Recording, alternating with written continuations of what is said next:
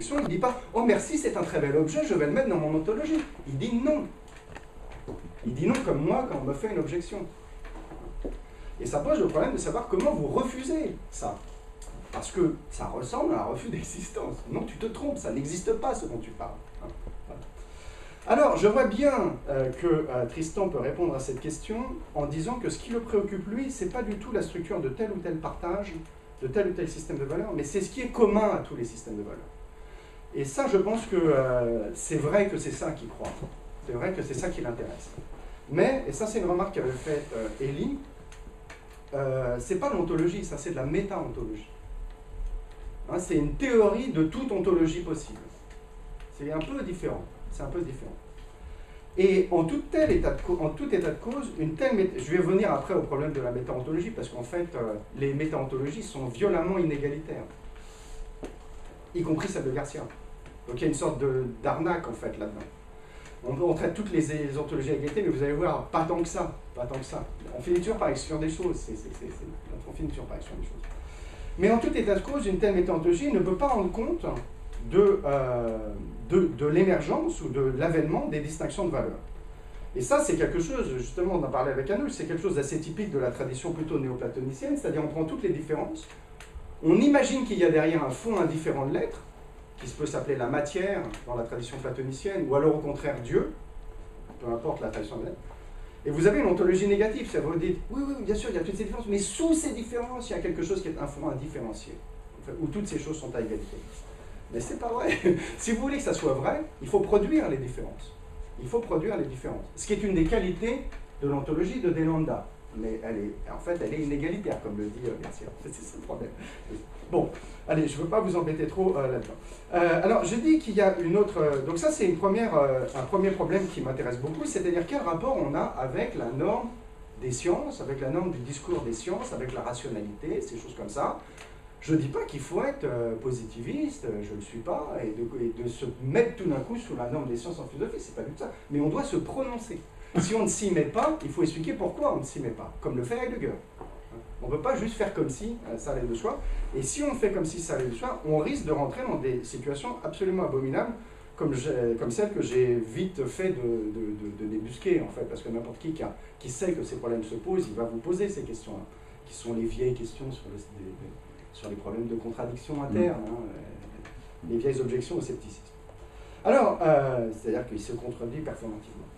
Alors, il y a une autre différence essentielle sur laquelle j'aimerais revenir, que j'ai notée, c'est que dans les systèmes synosistes, il n'y a pas un opérateur, il y en a deux.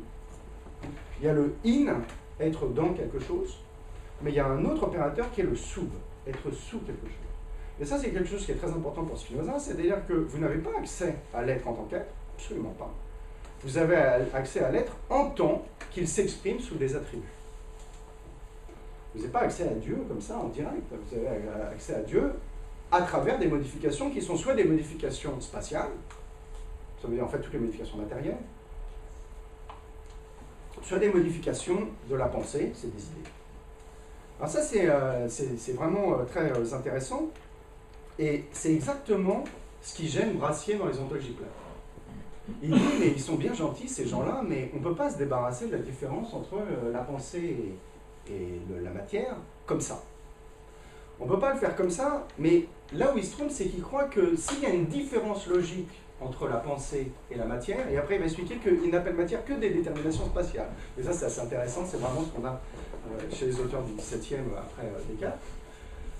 Mais il dit, ils font une erreur massive, ils confondent des différences logiques avec des différences ontologiques. C'est pas parce qu'on a une différence logique entre la pensée et l'étendue qu'on a deux choses, ou deux genres d'être. Et c'est exactement l'argument de Spinoza. Tout le monde sait ça. Tout le monde sait que Spinoza s'est opposé au dualisme de Descartes en disant mais non, il n'y a pas deux choses, la pensée et l'étendue de côté.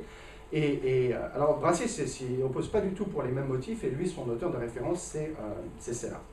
Donc ça, c'est vraiment intéressant parce que je veux vraiment pointer ces deux points aveugles des ontologies plates, qui sont d'une part le fait qu'ils sont étonnamment silencieux sur la question de la norme sous laquelle ils placent leur propre discours. Mais à nouveau, c'est pas du tout pour qu'ils prennent une norme scientifique, mais c'est pour moi qu'ils se prononcent dessus. Et deuxièmement, ils sont étonnamment silencieux sur cette question, enfin, ils ne sont pas silencieux sur le rapport de l'esprit à la matière, ils veulent l'annuler Donc là, c'est pas qu'ils sont silencieux, ils veulent l'annuler, mais sans voir que les arguments qu'ils utilisent sont des arguments ontologiques qui ne s'appliquent pas nécessairement. Et il y a toute une tradition, pensez à William James, le monisme neutre, etc., qui précisément va dire attention, là vous confondez deux choses qui n'ont rien à voir. On n'est pas en train de parler, on n'est pas en train de rétablir des genres. Alors, bon, je conclus cette partie parce que sinon ça va là, j'ai parlé 1 heure. Il faut qu'on parle un peu des maths quand même, parce que c'est pour ça que vous êtes venus. Mais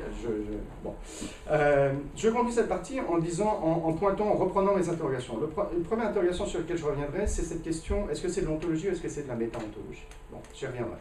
Le deuxième, c'est le problème classique de la connaissance et de ses normes intrinsèques. Et troisièmement, c'est la manière, cette question lancinante qui revient, c'est la manière dont on se rapporte à cette dualité première qui nous est donnée, qui est celle de l'idée et des corps, mais qui est en fait celle de la pensée et de l'espace.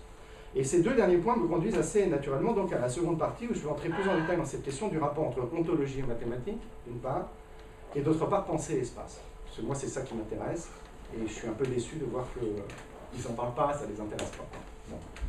Alors, donc dans cette seconde partie, je vais essayer de m'intéresser au rapport entre ontologie plate et mathématiques,